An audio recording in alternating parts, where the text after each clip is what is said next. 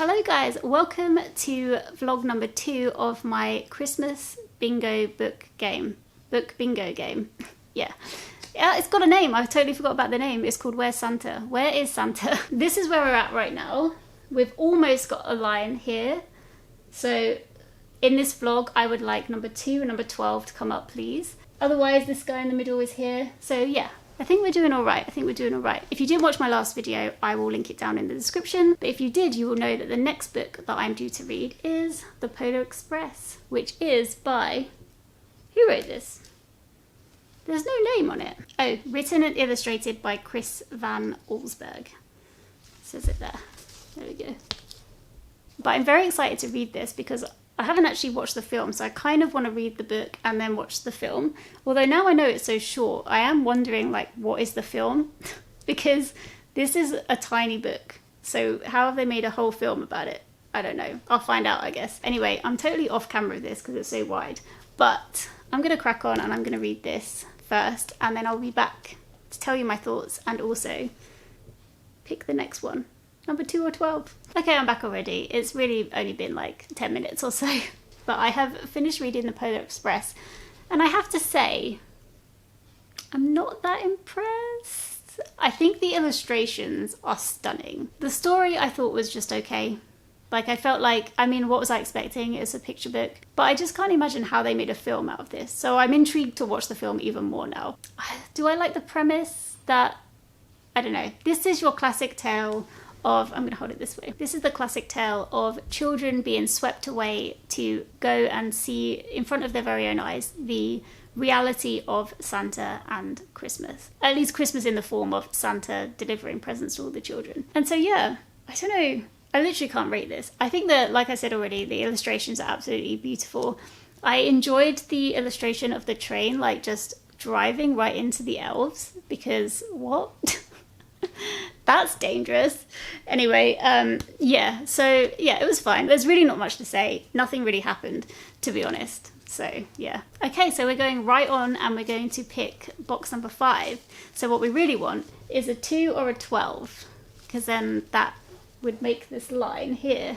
So yeah, 2 or a 12, 2 or a 12. I think I really lucked out with a 1, so I shouldn't ask for more. Right, I've got one in my hand. Do I want to swap it or do I? No, I'm just going to use this one. Okay, let's see. Oh, it's not. It's a 10. Okay, let's find the 10.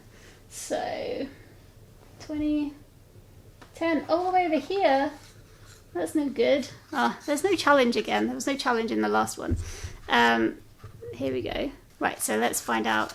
It's another red one. I feel like I've only had red slips of paper so far. That might not be true. Okay, right, so let's see what this one is. Whoop. All the Christmas books are coming out. Literally, I have so many books in there that are not Christmassy. But so far, most of the books that have come out have been. So by the time it gets to Christmas, I'm going to be reading non-Christmas books. But that's the way it goes. Anyway, this is, as you saw, Quentin Blake's A Christmas Carol. So I'm just going to go and get it. Okay, here it is. Quentin Blake's A Christmas Carol. Yeah, this is obviously by Charles Dickens, not Quentin Blake. But Quentin Blake has illustrated this. So my mum got me this edition recently, like only a couple of months ago, so I thought it would be absolutely perfect for this game. I have tried to read A Christmas Carol in the past, but I've only got like halfway through, so it'll be nice to sit down with this version and yeah, read it all the way through, so I'm excited for that. I'm gonna go and, well, I've made my tea already. I'm gonna go and sit with my tea and start this. Almost forgot to put this back, so let's do that first. All the way over here. Box number 5.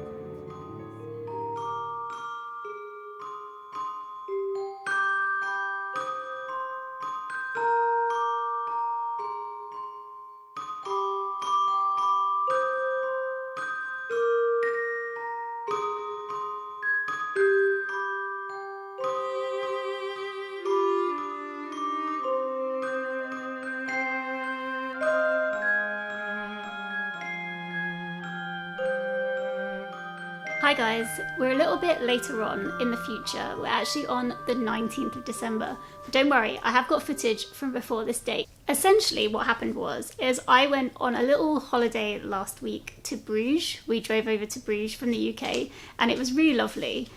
But I was pretty over ambitious on what I thought I could read on that trip. Depending on when I decide to edit it in, you may have already seen some footage from the trip, but if you haven't seen it yet, then I will edit some in because yeah, there were some cool bookshops. Even though most of the books weren't in English, I still absolutely loved seeing all the different versions of covers and stuff, and it's just really picturesque over there. Okay, so at this point I've actually finished everything that I wanted to finish on my holiday, even though I got back last Tuesday and it is now the following Tuesday. Finally finished everything.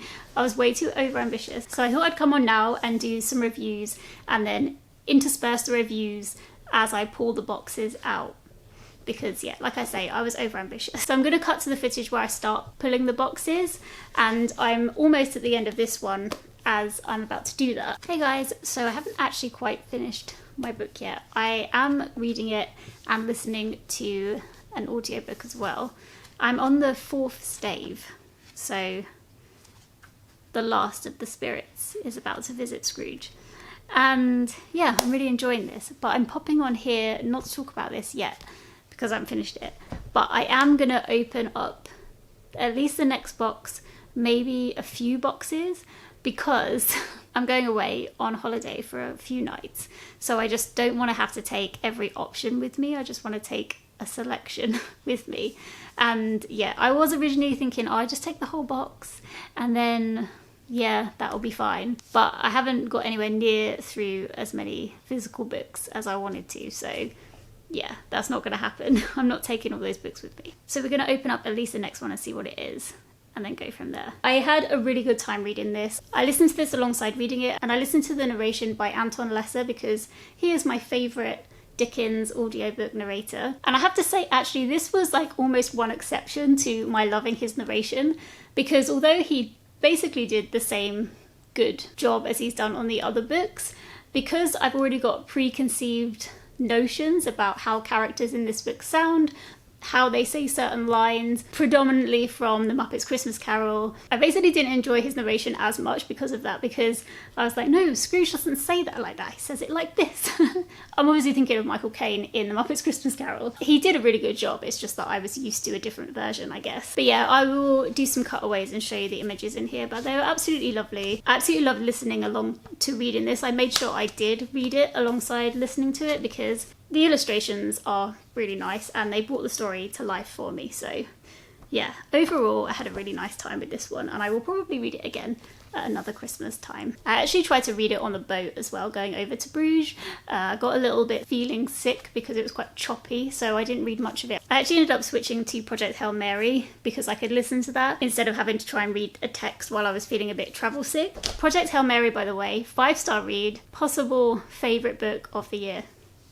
5 stars, absolutely loved that. Audiobook was fantastic, honestly highly recommend that. So I've got my bag, so let's find out what the next number is.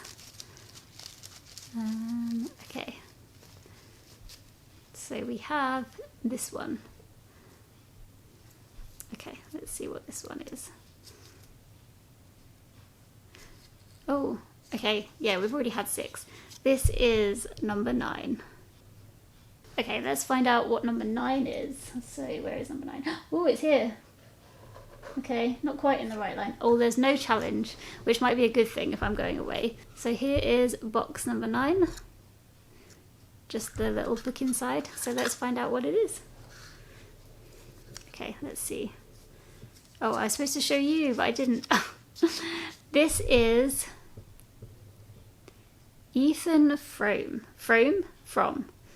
I have no idea how to say that. This is not a physical book. I do not have this as a physical book, so I've actually forgotten what this is as well. Bear with me, I'll get my phone. Okay, so it is pronounced Ethan From, and it's by Edith Wharton. And I'm going to actually be listening to this on Everend again. I wonder how long before Everend kick me off audiobooks. We'll see how long it lasts. But I'm going to listen to this on Everend, and it's narrated by Adam Sims. Can't tell you what it's about. The reason I chose this, I mean, I will put up the picture that I'm looking at if I can, but it's of a hand just in some snow, and it looks really harrowing and scary. So I'm not really sure why I picked this. I just looked up like winter reads, like wintry reads. Actually, I'm not going to read what it is about. So anyway, this is the next one that I'm going to read. But obviously it's an ebook, so I'm going to pick another one just to see. It's only 3 hours as well. I think on audio about 3 hours. So it's not very long. So I'll pick another one definitely. If I get a bingo now, then I won't be able to open a present until after I've read all the books. So that's fine. Okay, let's put this back. And we can draw at least one more. I probably won't be reading that much while I'm away, but I do want to get some reading done. So yeah. Okay, so as you saw, my next read was Ethan Frome by Edith Wharton. And I actually did have a good time with this overall. So this story is set in a small rural town in New England. I would say it was probably contemporary when it was written. Well, I say that, I'm just assuming it was contemporary. It was written in 1911. Yeah, maybe around that era. I could be wrong, but I think it was set in that era in New England, in like a pretty rural place. And Ethan, specifically, he lives on a farm. So he's pretty remote where he is. And at the time of the story, it's very, very wintry. It's very snowy and cold and desolate, and that does come through quite well. So you're essentially being told the story of Ethan through the eyes of somebody who has just met him. This traveller ends up going to stay in Ethan's home, and he basically comes back to the village and he decides to tell Ethan's story from his own perspective. So what we know about Ethan in the day that the traveller goes to visit him is that he has had some sort of accident. We don't know what's happened to him. We know he's had this accident, and we also know that he's a very quiet man. He keeps to himself and doesn't really get involved. And so the traveller takes it upon himself to tell Ethan Frome's story because he thinks that he now knows why and what's happened to him. And so we flash back to when Ethan is younger and we learn about the story. So when we meet Ethan in his younger days, we learn that he is living with his old wife. So it made me laugh because it's kind of like in the description, it kind of says Ethan is married to an older woman, and you know, this woman, she's very sickly, she's in bed. She's described as being older, and I guess I imagined her to be maybe in her 50s, which isn't old, but I'm just saying, I imagined her to be that kind of an age. And then later on in the story, you learn that she is 35. So she is an old woman at 35. Apparently, and he's 28, and you know pretty much straight off the bat that they're both in this pretty unhappy marriage. And one day a cousin of Ethan's wife actually comes to live with them to help Ethan's wife with chores because she's sickly. She has to be in bed a lot of the time. She can't really do too much anymore. So Matty, the cousin, has come to move in with the two of them, and Ethan has fallen head over heels for Matty. They get on really well, they have a lot of chemistry, and he loves her. And I really felt throughout this story, you could really feel the intensity of his feelings for Matty and the kind of extent of his jealousies that he had when he would see Matty with other people. And just, you could feel the want he had to have his life different and to have his life how he wants it. He doesn't want to be with this older woman. He wants to be with Matty. You know, what's he going to do about it, basically? Is he going to do anything about it? And I won't say much more than that because it is quite a short book. But essentially, I did enjoy it overall. I was just kind of hoping for it to be a bit more dark than it was and a bit more sinister than it was. Because as I started reading it, I started coming up with my own opinions on what was going to happen in the book and how the story was going to progress. And obviously, I'm not going to say what happened, but I just could have done with it being a little bit more sinister. Let's just say that. I'm not saying it wasn't sinister. I'm just saying I wanted it to be more sinister. I don't want to give anything away. But yeah, overall I did enjoy this one. It really made me think about, you know, what it must be like to feel like you can't change things, even though you maybe can change things. But yeah, so it's interesting. It was an interesting read. It was definitely a cold, wintry read, so it filled that brief as well. Okay, let's have a look. Gosh, that book looks really scary. I don't know what I've done to myself. Okay, let's pick this one. And this is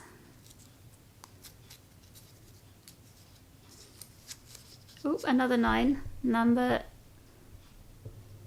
19. Okay, let's find out. Number 19. Down here. It all seems to be quite clustered in this little area. And this is quite nice. If we've got 12, I quite like this pattern.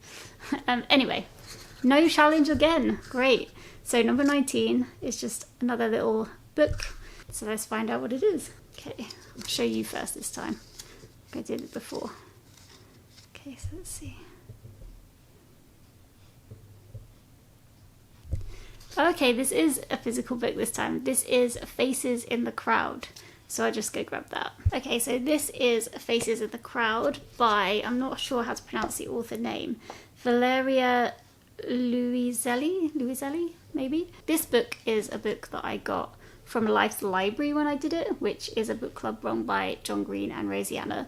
And yeah, so I really don't know much about it. I obviously didn't read it at the time that I got it and I was supposed to read it. It says a young mother in contemporary Mexico City recalls her days as a translator in New York. While in a recent past, a young translator wanders Harlem seeking out traces of the poet Gilberto Owen. And in 1950s Philadelphia, Owen dreams of New York and the young woman in a red coat he sees in the windows of passing trains. As the voices of the narrators overlap and merge, they drift into a single stream, a mingling that is also a disappearing act. Again, I'm not too sure what this one is about, but we shall find out soon, hopefully, if I get to this. And this is also very short. It's very kind of short paragraphs interspersed with little stars. So I feel like this should technically be quite a quick read. So I'm going to pick one more. So let's put number 19 back here. And let's just pick one more. This one, guys, I gave this one 1 star. I'm just going to say it right off the bat. I gave it 1 star. I really felt like I couldn't give it more than 1 star. This edition that I have has been translated by Christina McSweeney. After I finished reading this and I was looking at the reviews for this book, I really felt that it is a really Marmite book. I think you either fall into it and absolutely love it and you get so much out of it, or like me, you read it and you're just really confused, you don't know what the point was, and you kind of want to chuck it out the window. So in this book, you're mainly following this woman. Do we know her name?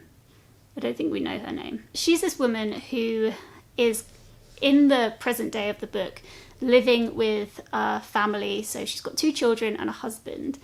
And she's writing about a story. We don't know if it is true to her own story or if she's making it up.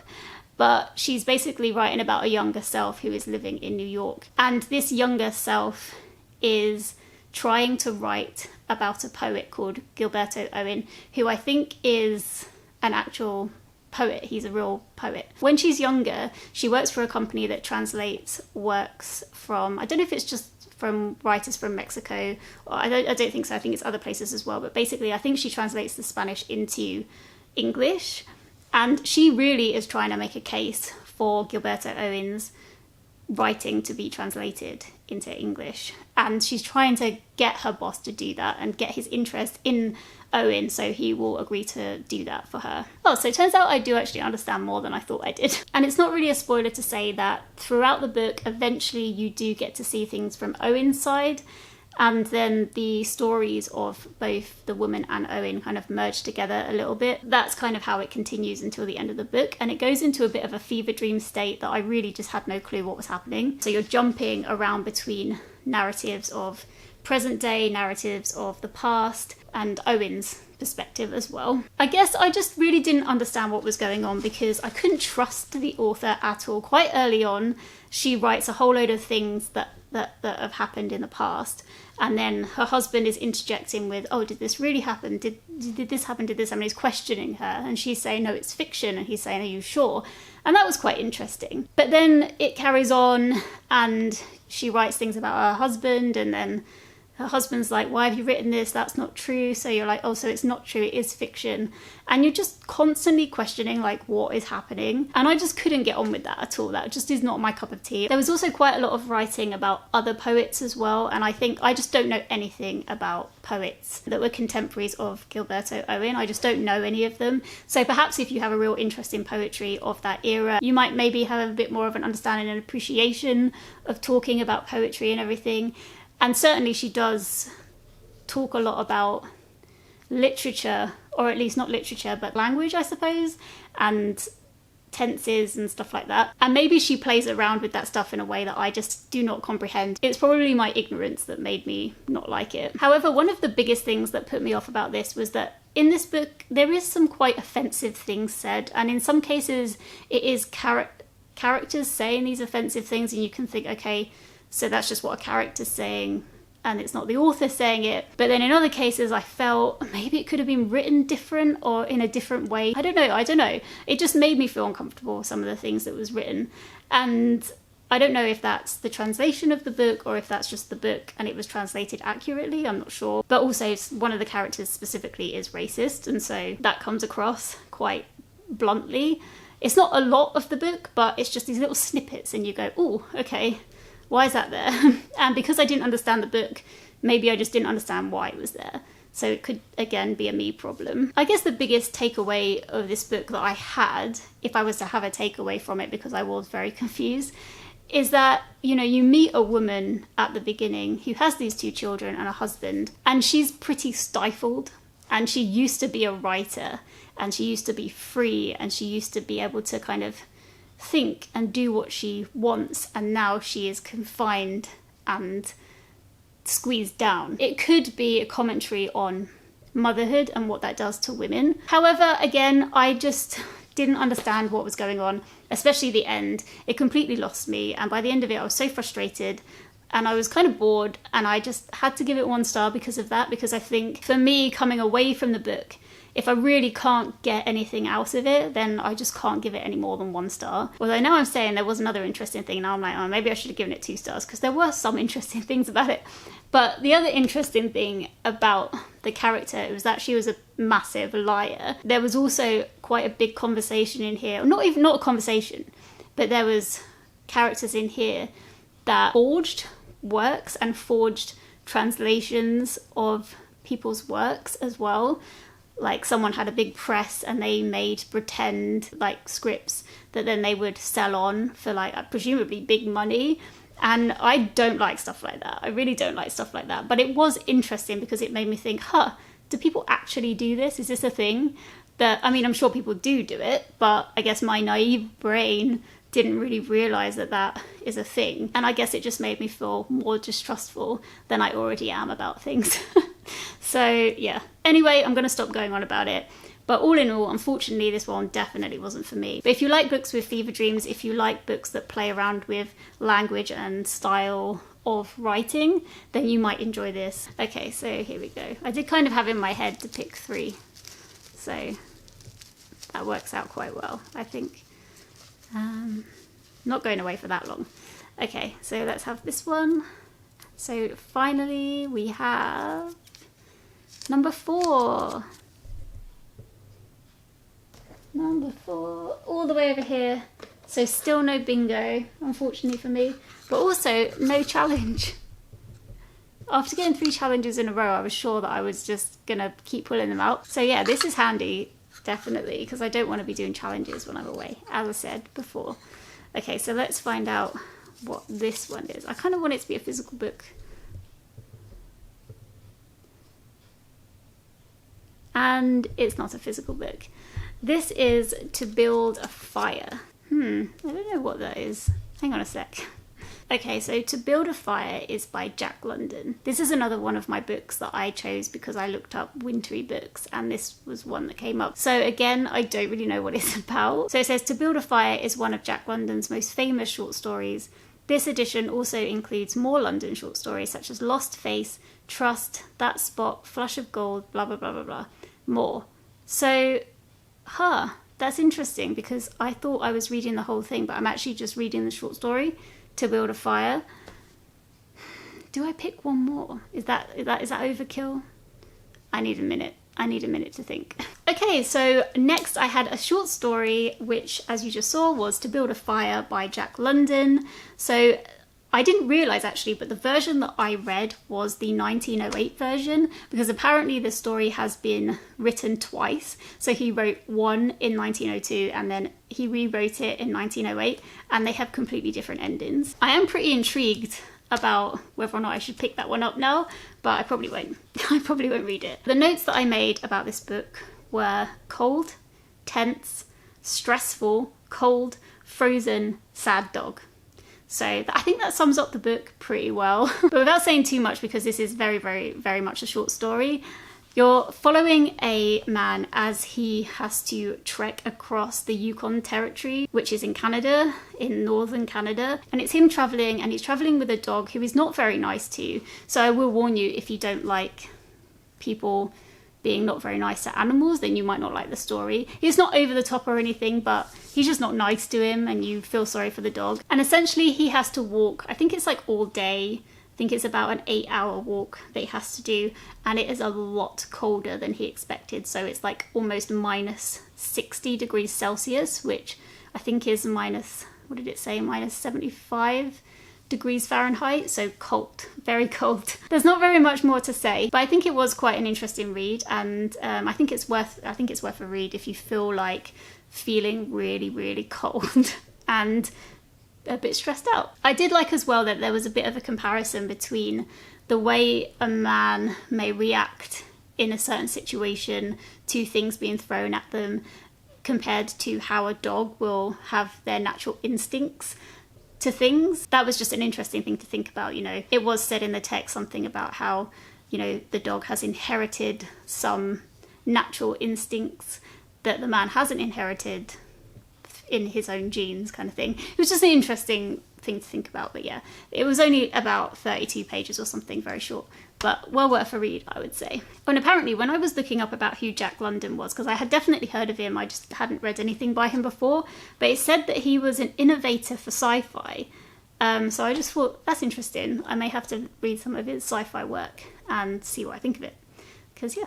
Anyway, okay, I think I'm going to pick another one because that is a short story, and although I'm not going away for very long, the day I get back is going to be the 12th, and this is box number 9. So let's put box number 9 back.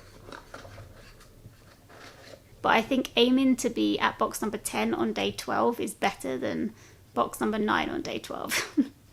So, yeah, 1, 2, 3, 4, 5, 6, 7, 8. Oh no, yeah, that's only box number 8, not box number 9. Okay, definitely going to pull another one. And then I've really got to read while I'm away. There's quite a lot of travelling, a little bit of travelling, so hopefully I can do a lot there. Okay, watch me come back with all these books not being read because I've been on holiday. Okay, let's pick this one, and hopefully this is the last one, and hopefully it is a physical book, because I have a lot of those, but they don't seem to be coming out. Okay, this is number 5. Where is number 5? Again, in our special corner, the popular area. And there is a challenge in this one. Just couldn't escape 4 boxes. I've gone overkill. Okay, so here we go. Okay, this is the book here. The Alchemist. Okay, The Alchemist. Okay, here is The Alchemist, and this is by Paulo Coelho. I have no idea how to pronounce his last name. I'm not going to try, it's too late in the day. I will find out when I get to it and say it then. But yeah, this is like The Alchemist, which is a classic that I don't know anything about, apart from that I think actually it's set in a desert. I feel like that's the only thing I know about this book, and that might not even be true. Oh, it does look like there's a desert on this part of the book. The other thing I know about this is that a lot of people don't like it. So I'm kind of excited and I'm not excited. I don't know. But this edition is really nice. It's really, really good edition that Spencer bought for me a couple of Christmases ago. So I am excited that I can read it this Christmas. So let's quickly open the challenge before I run out of space on my memory card. Let's see what the challenge is. Might have to wait until I get home to do the challenge. Oh yeah, I definitely will. This is read with an ambience video on. So by ambience video, I mean those videos on YouTube that you can put on where there's like a nice armchair with snow outside, like Christmassy, crackling fire. It doesn't have to be Christmassy, but it's Christmas ambience is probably what I mean by that. I'll probably still be reading or due to read The Alchemist by the time I get home. So yeah, I can try and do these two together. But yeah, otherwise I suppose when I'm away I can use my phone as well. So that is also an option. But let's put this box back before I forget. So there we go. Still no bingo, but getting close. Okay, and finally, the last read or the last review in this vlog is The Alchemist by Paulo Coelho, is that how you say it? And this book, I was really worried about reading. This copy is stunning, like absolutely stunning. Look, there's like this amazing map inside. Oh, it's so good. I was really worried about reading this because I'd heard pretty bad things about it, to be honest. I wasn't sure what to expect, but yeah, reading it, I can see why people didn't like it. I think for me, I read it at the right time. Because this is very much like fable-y. It's very much about following your dreams or your personal legend. So I listened to this and Jeremy Irons narrated it. And in this copy of the book, when I was reading along, it would be talking about the character's destiny. But for some reason, Jeremy Irons kept saying personal legend. And it just made me laugh. My personal legend. The women didn't seem to do that, but the men did. And yeah, going off and finding your treasure. That's essentially what the story is, which wasn't what I was expecting at all. It did read to me a bit like a biblical story. It was very focused on religion. It was very focused on the meaning of life. And I think if I'd read this at another time, I may have hated it. I could see myself really not getting on with this book. But I think because at the moment it's Christmas time, it's the time for these kinds of stories. I guess it was trying to be quite philosophical, but it was just a nice, pleasant read for this time of year, I think. I thought it was all right. That might be an unpopular opinion, but I did have quite a nice time with this. And that's all I'm going to say on this because, to be honest, I'm running out of memory space because I've talked so much. So I think I'm going to wrap this up. But yeah, I'm really happy with this little copy. I already pulled the next box when I finished The Alchemist. So, oh, and I did have a challenge for this as well. The challenge was to watch some ambience while reading. And I did do that, not just with this book, with some of the others as well. I did some B-roll of one of them, but I also watched G from Book Roast, her Alchemist ambience room that she made for the magical readathon. That was a good one to have on for this, even though this is set in the desert. So not for that reason, but it was just good because it's an alchemist. So let me cut now to the next pull. It's finally time to do the next pull. I've been waiting a long time for this. So here's where we're at. Let me grab it. So I am so close to getting a bingo. There's like a few lines where I just need two, like here and here, and then along here, and this row as well. So I'm so close to getting a present. So really what I could do with right now is, I could do with finding Santa right now. So the next one I can pick which box I open. But yeah, we'll see. Okay, let's do the pull and find out what our next number is. This one. Let's go with this one. And it is number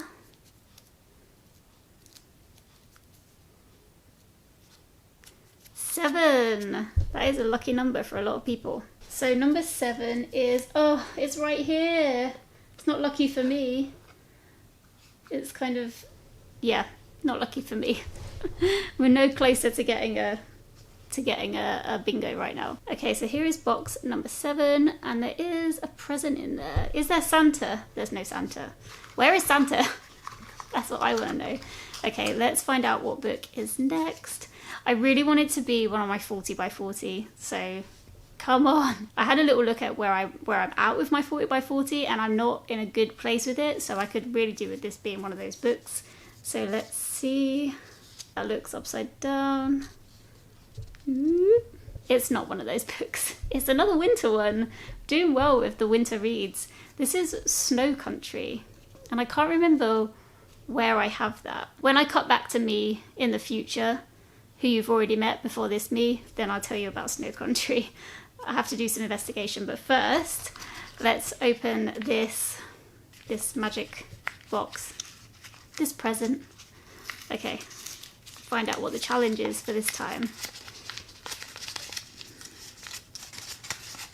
It is, okay, this is null and void because this is complete a Hemisphere Christmas readathon prompt. I'm not taking part in any readathons at the moment, so this is obviously a readathon that I was taking part in 2 years ago. So it would have helped me 2 years ago, but not for right now. So unfortunately this doesn't work for us, but that's fine. That just means I don't have to do a challenge. So no challenge, but Snow Country. And classic, I always forget to put it back. Yeah, not helpful, not helpful. All right, so that's it. I've literally got 2 minutes, so I'm gonna have to power through this, guys. Oh, I also need to talk about the book. Okay, so no one added a link for me to buy them a book. I presume everybody's worried about Christmas and what they're gonna get, or maybe don't need more books, you know? I can totally understand that. I will buy someone a book.